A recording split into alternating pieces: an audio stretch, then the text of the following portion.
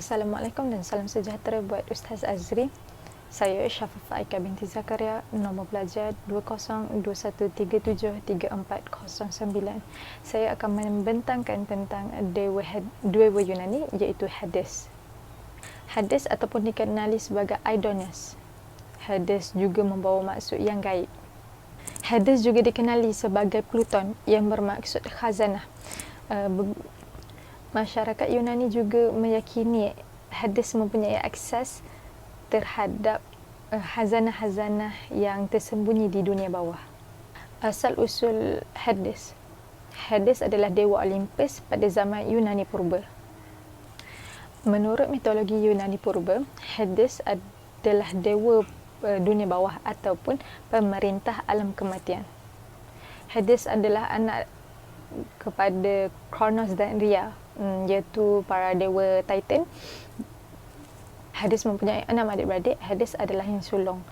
Adik-beradiknya adalah Zeus, Poseidon, Hestia, Demeter dan Hera. Hades tidak termasuk dalam 12 dewa dan dewi Olympus oleh kerana Hades sering berada di dunia bawah.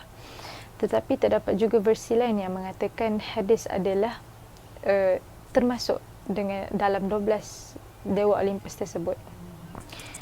Sewaktu kecil lagi, Hades sudah ditelan oleh ayahnya Kronos. Kronos berbuat demikian oleh kerana ia berfikiran bahawa anak-anaknya akan merampas kuasa yang dipegangnya ketika itu. Walau bagaimanapun, Zeus antara yang terselamat daripada dimakan oleh ayahnya. Kerana ketika itu, Rhea telah menggantikan batu untuk memberi kepada Kronos. Ketika Zeus sudah dewasa, Zeus dibantu oleh Metis, Dewi Titan, atau setengah versi mengatakan ia dibantu oleh Gaia untuk menyelamatkan adik-beradiknya. Metis memberi campuran wine dan mastik kepada Kronos. Kronos yang meminum campuran itu berjaya memuntahkan semula anak-anaknya. Hades adalah yang terakhir dimuntahkan. Setelah Zeus berjaya mengumpulkan adik-beradiknya yang lain, berlaku perang Titan di antara dewa Olympus dan dewa Titan. Gaia yang turut mencampur tangan dalam perang ini memberitahu Zeus untuk melepaskan Cyclops dan Hecatoncheir di Tartarus, iaitu tempat yang jauh di bawah tanah yang gelap dan menakutkan. Cyclops yang mahir membuat senjata memberi senjata kepada Zeus, Poseidon dan Hades. Hades mendapat topi kegelapan atau topi halimunan. Topi kegelapan ini membolehkan pemakaiannya untuk menjadi halimunan.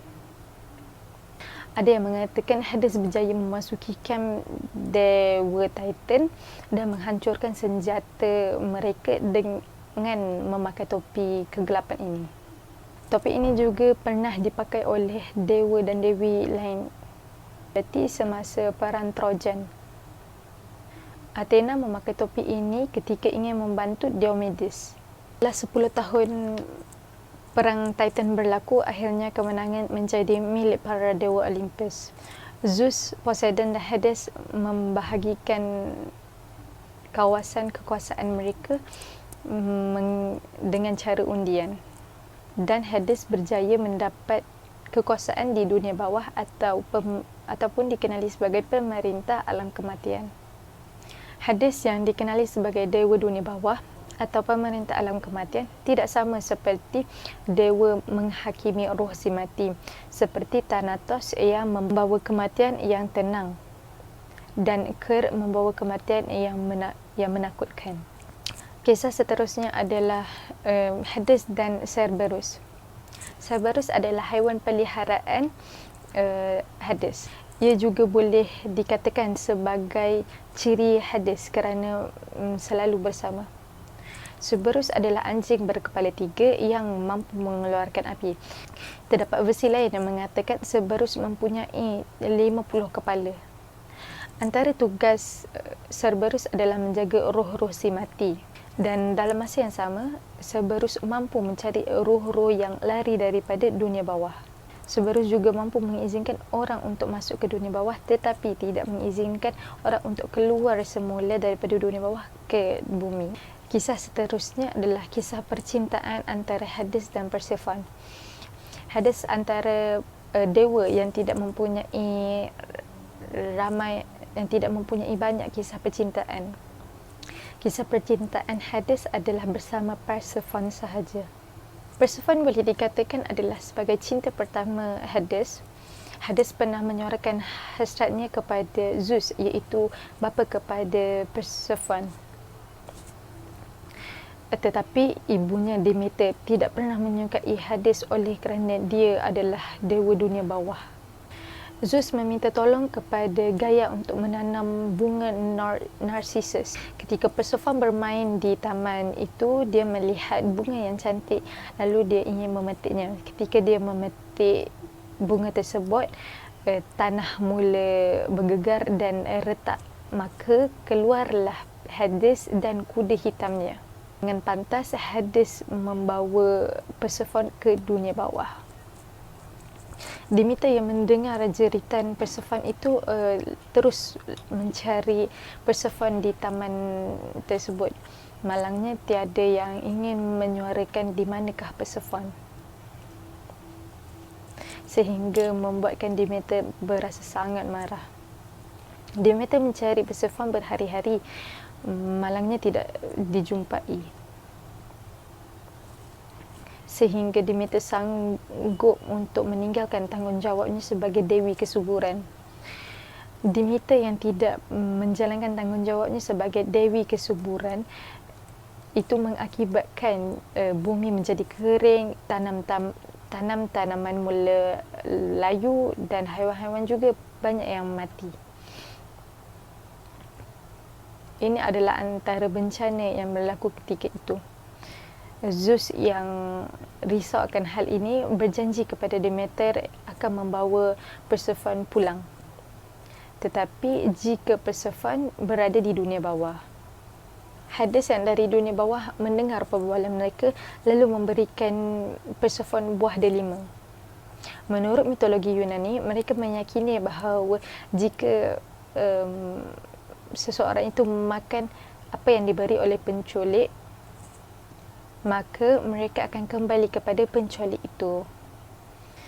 Ketika Zeus dan Demeter sampai ke dunia bawah, Demeter mengajukan soalan kepada Persephone, sama ada dia mahu tinggal di dunia bawah atau di Gunung Olympus. Persephone menjawab, Persephone mahu tinggal di dunia bawah. Demeter yang mendengar jawapan itu berasa sangat marah kerana Demeter menganggap Persephone sudah ditipu oleh Hades. Setelah itu berlakulah perdebatan antara mereka. Lalu Zeus sebagai orang tengah memutuskan bahawa Persephone akan berada di dunia bawah selama 6 bulan dan 6 bulan lagi berada di Gunung Olympus bersama Demeter. Keputusan yang telah dibuat ini tidak dapat memuaskan mana-mana pihak. Ada yang mengatakan bahawa perubahan musim berkait dengan kisah percintaan Hades dan Persephone. 6 bulan Persephone di dunia bawah, Demeter tidak menjalankan tanggungjawabnya sebagai Dewi Kesuburan. Itu adalah musim sejuk dan musim luruh. Manakala 6 bulan Persephone bersama Demeter menjalankan tanggungjawabnya, itu dianggap sebagai musim panas dan musim bunga. Seterusnya saya akan menceritakan tentang ulasan artikel yang telah saya buat. Ulasan artikel ini saya memilih buku mitologi Yunani hasil karya Edith Hamilton pada tahun 1942 yang diterjemahkan oleh A. Rahmatullah pada tahun 2011. Edith Hamilton lahir pada tahun 1867 di Dresden, Jerman, dan kemudiannya berhijrah ke Amerika Syarikat. Beliau menjalani masa pendidikan di sekolah khas untuk wanita. Antara bahasa yang Edith belajar dan diajarkan adalah bahasa Yunani, bahasa Latin, bahasa Jerman dan bahasa Perancis. Setelah bersara sebagai pendidik pada tahun 1922, Edith berpindah ke New York pada tahun 1924 dan memulakan kerjaya keduanya sebagai penulis. Seterusnya komentar terhadap buku ini. membuka mata pengkaji dan membuat pengkaji lebih faham tentang mitologi Yunani yang berlaku pada zaman itu. Masyarakat Yunani purba lebih puas apabila mereka dapat melihat sesuatu perkara itu wujud dan bukan hanyalah imajinasi mereka sahaja. Seterusnya adalah ringkasan artikel yang menceritakan bagaimana awal permulaan berlaku. Orang-orang Yunani kuno menciptakan dewa-dewi mengikut kesesuaian imajinasi mereka. Dewa-dewi itu menjadi ketua mentadbir langit, laut dan dunia bawah. Seterusnya, isu yang dibawa oleh penulis. Bagaimana kemunculan mitos pencipta dunia dan manusia kerana mereka merasakan ada sesuatu yang terjadi atau kisah cerita yang terjadi sebelum wujudnya dewa dan dewi. Seterusnya, Perang Troy. Perang Troy ini berlaku oleh kerana dewi perselisihan iaitu Ares yang melagakan para dewi di suatu majlis. Berikut adalah isu yang menarik dalam artikel ini. Dua dewa bumi yang hebat iaitu Demeter, dewi kesuburan, dan Dionysus, dewa anggur atau wine.